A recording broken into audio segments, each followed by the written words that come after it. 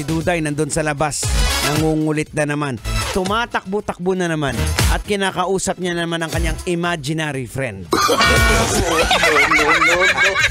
Ikaw ba, boys? Meron ka rin bang imaginary friend?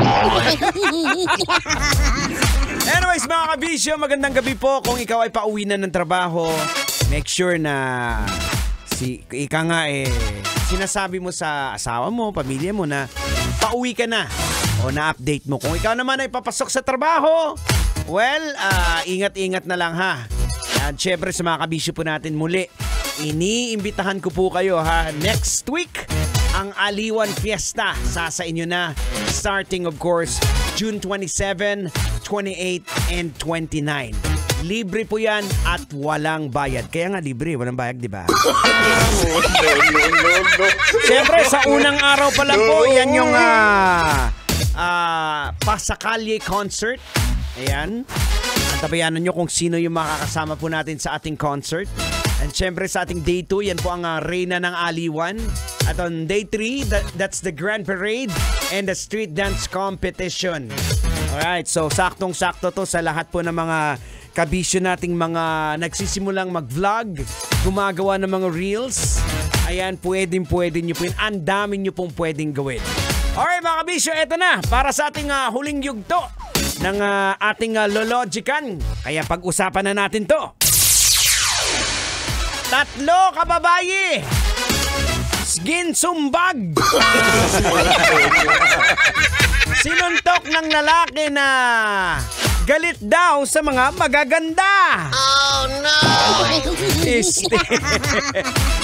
At syempre mga kabisyo, ayon daw sa investigasyon ng kapulisan, nalaman na bago nahuli po yung suspect, 3 biktima po ang pumunta sa kanilang opisina dahil gintampa. Sinampal at sinuntok sila ng nasabing suspect. Ang biktima po ay nagulat dahil hindi nila alam kung bakit sila sinaktan eh.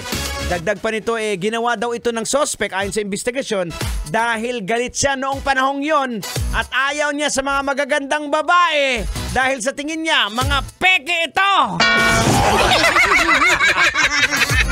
Pues, logika na natin tang. Ay sige, huwag mo nang patagalin yan. Logikan mo na yan. Logika na yan. Logika na yan. Alright mga kabisyo, logika na yan. Anong leksyon ang ating mapupulot? Anong aral ang ating madudukot? Kailangan pa bang i-memorize yan, boards? Basic.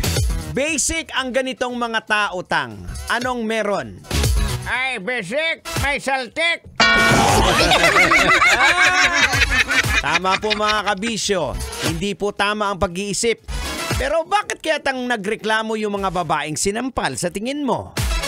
Ay, kasi siguro baka alam nilang hindi sila maganda. Sinungaling yung suspect. Ang bihira naman. Now, logican po natin, mga kabisyo. Posible pong may iba't ibang dahilan kung bakit nagawa po ng suspect na suntukin yung mga babae na yon. At kung bakit galit siya sa mga magaganda. Oh, no! Diba? Maaring ito po ay dahil sa personal na issue ng suspect. Gaya ng pagkakaroong negatibong karanasan o trauma sa mga babaeng na nakaraan na nagdulot sa kanya ng galit at pagdaramdam.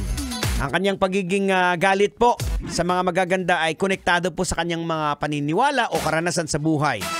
Malamang ang nangyari sa kanya isa sa mga posibleng nangyari siguro baka may ka-chatmate siya na maganda, nagkita sila, ang itsura sa video mukhang diwata, sa personal anong itsura?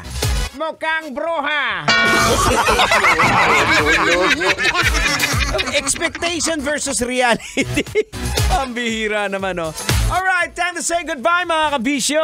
Maraming salamat at tabayan at susunod na ang programang Totoy na Love with Totoy Bato. Maraming salamat. Muli, ako po si Diego Bandido na laging nagpapaalala po sa inyo. And whatever you do it all for the glory of God. Kailangan pa bang i-memorize yan? Basic. Good evening, Metro Manila. Kailangan pa bang i-memorize yan? Love Radio Basic!